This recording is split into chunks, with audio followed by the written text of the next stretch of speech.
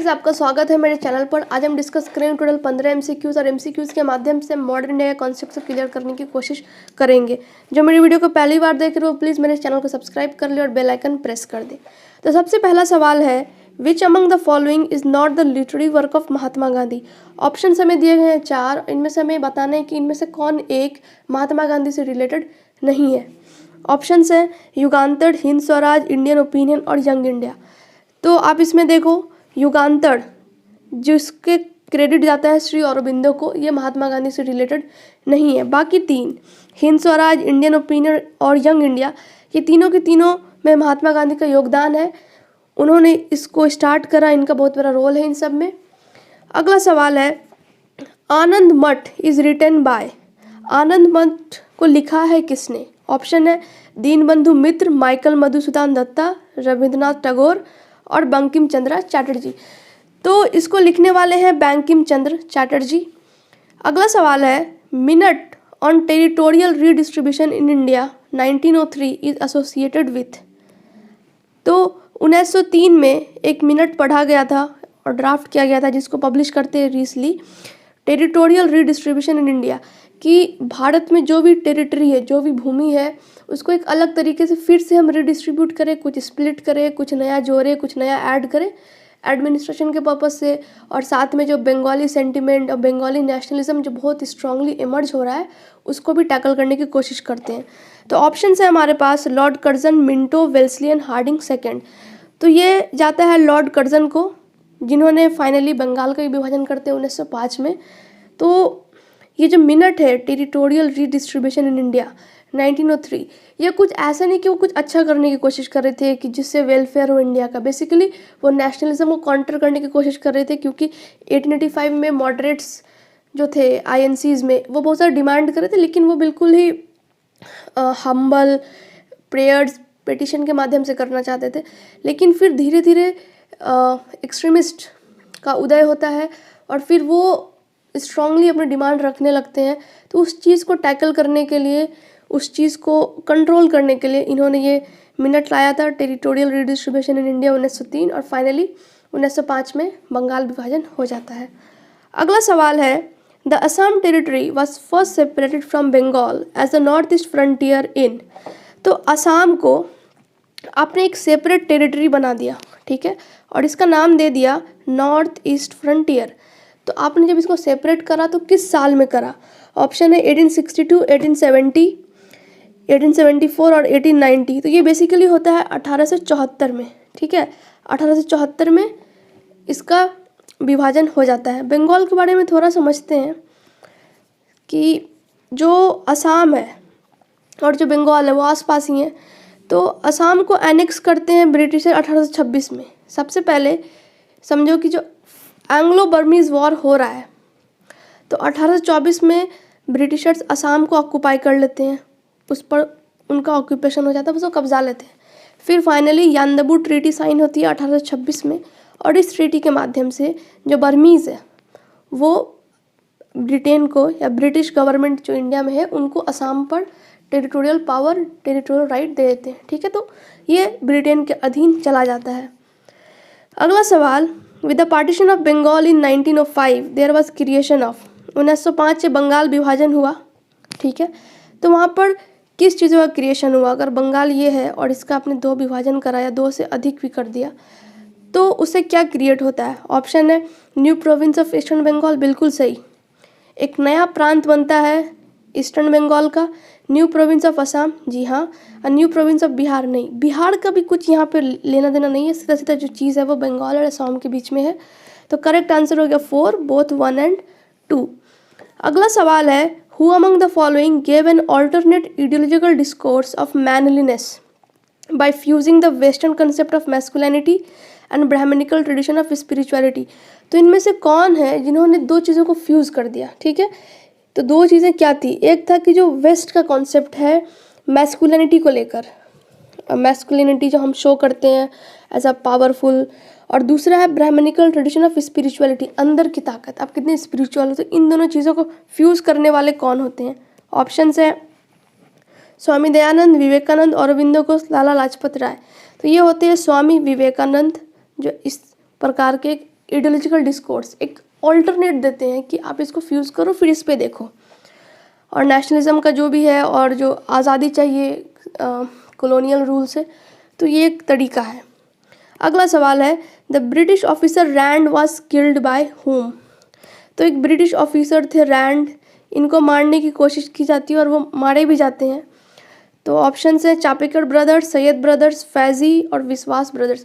तो ये होते हैं चापेकर ब्रदर्स जो कि रैंड को किल्ड करते हैं, साथ में वो गलती से एक और इंसान को मार देते हैं, वो होते हैं आइस्ट। ठीक है, तो देखो रैंड जो था वो एक स्पेशल प्लेग कमीशन में कमीशन। अगला सवाल है, अनुशीलन समिति वाज एस्टैब्लिश्ड इन। अनुशीलन समिति का स्थापना कब होता है? 1902, 1904, 1905, 1908। तो ये होता है 1902। और ये समिति बहुत इंपॉर्टेंट रोल प्ले करता है रिवॉल्यूशनरी टेररिज्म को प्रमोट करने में इन बंगाल। ठीक है, अगला सवाल है, in the Congress session of 1907 in Surat extremist nominated किसको, है ना, किसको उन्होंने नॉमिनेट करा 1907 सूरत में प्रेसिडेंट के पोस्ट के लिए?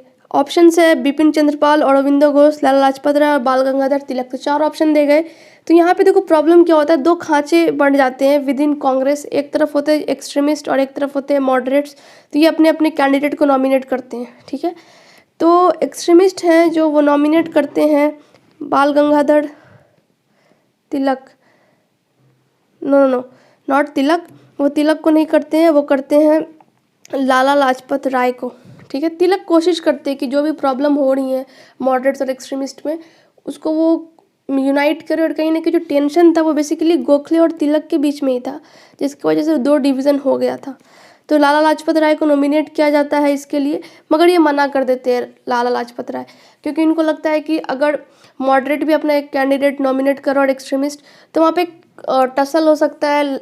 ऐसे ही टेंशन चल रहा है कांग्रेस के अंदर ही मॉडरेट और एक्सट्रीमिस्ट के बीच में। अभी कोई ऑफिशियल बंटवारा नहीं हुआ है मॉडरेट और एक्सट्रीमिस्ट का, लेकिन विद इन कांग्रेस एक अलग अलग गुट बन चुके हैं। तो लाजपत राय उसको रिजेक्ट कर देते हैं इस नॉमिनेशन को। अगला है सवाल, which among the following wanted a reconciliation between the moderates and the extremist. इनमें से कौन, मॉडरेट और एक्सट्रीमिस्ट जो 2 ग्रुप बन गए थे, इनके बीच में एक रिकॉन्सिलेशन, कि इनका संबंध अच्छा हो जाए, वो इकट्ठे हो जाए, जो भी चीज़ें हैं, जो भी प्रॉब्लम है वो उसको डील करें आपस में। तो ऑप्शन है बिपिन चंद्रपाल, अरविंदो घोष, लाला लाजपत राय और बाल गंगाधर तिलक।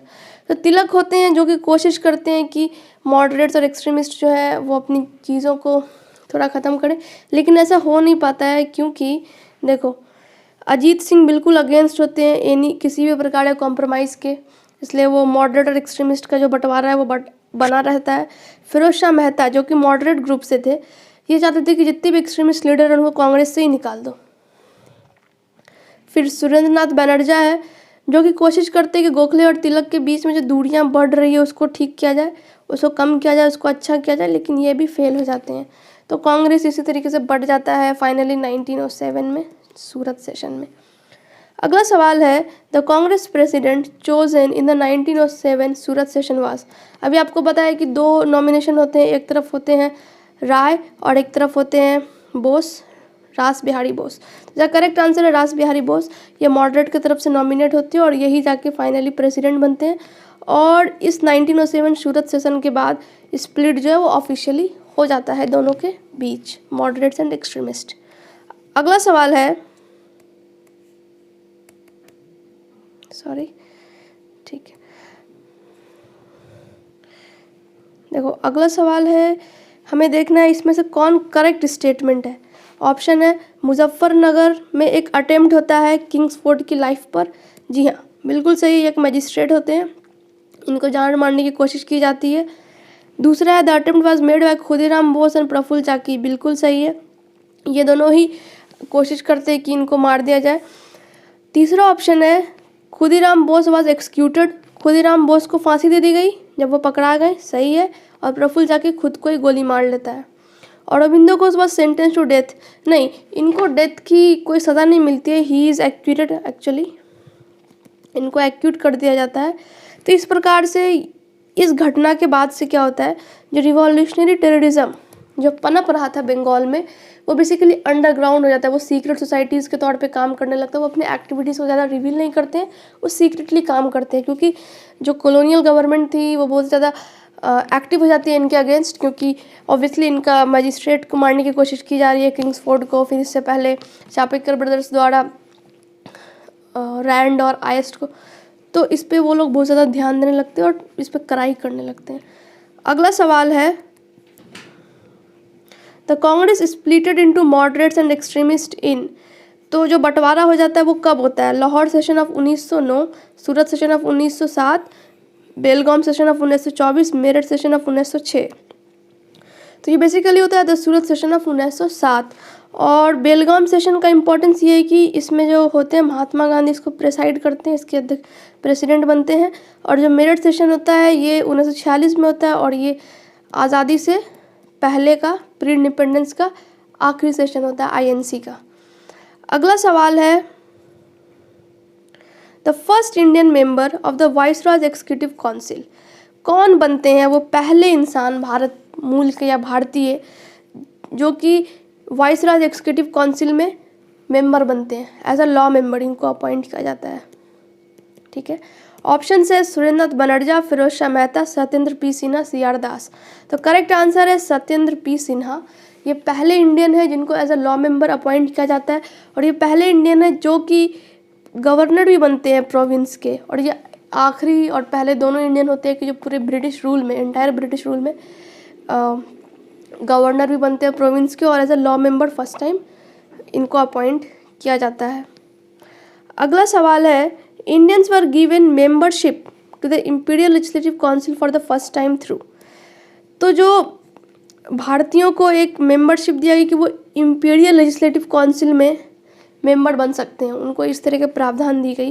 तो ये किसके तहत होता है? Charter act 1833, government India act 1858, Morley Minto reform of 1909, the government of India act 1935। तो ये होता है मॉरलेमेंटो रिफॉर्म ऑफ 1909। इसका दूसरा नाम है इंडियन काउंसिल एक्ट 1909। एक और चीज़ अभी जो मैंने आपको पिछले वाले स्लाइड पे बताए थे कि सत्येंद्र पी सिन्हा को as a law member introduce किया जाता है। तो ये लॉ मेंबर इंट्रोड्यूस जो होते हैं as a law member appoint होते हैं वो बनते हैं इसी मॉरलेमेंटो रिफॉर्म 1909 के तहत। ठीक है, तो ये है। तो गाइज़ आज के लिए बस इतना ही। अगर आपको ये वीडियो अच्छा लगा तो आप प्लीज़ इसे लाइक करिए, शेयर कीजिए और सब्सक्राइब कीजिए। आप हमें टेलीग्राम पर ज्वाइन कर सकते हैं और इंस्टाग्राम पर फॉलो कर सकते हैं। सारी के सारे लिंक डिस्क्रिप्शन बॉक्स में दी हुई है।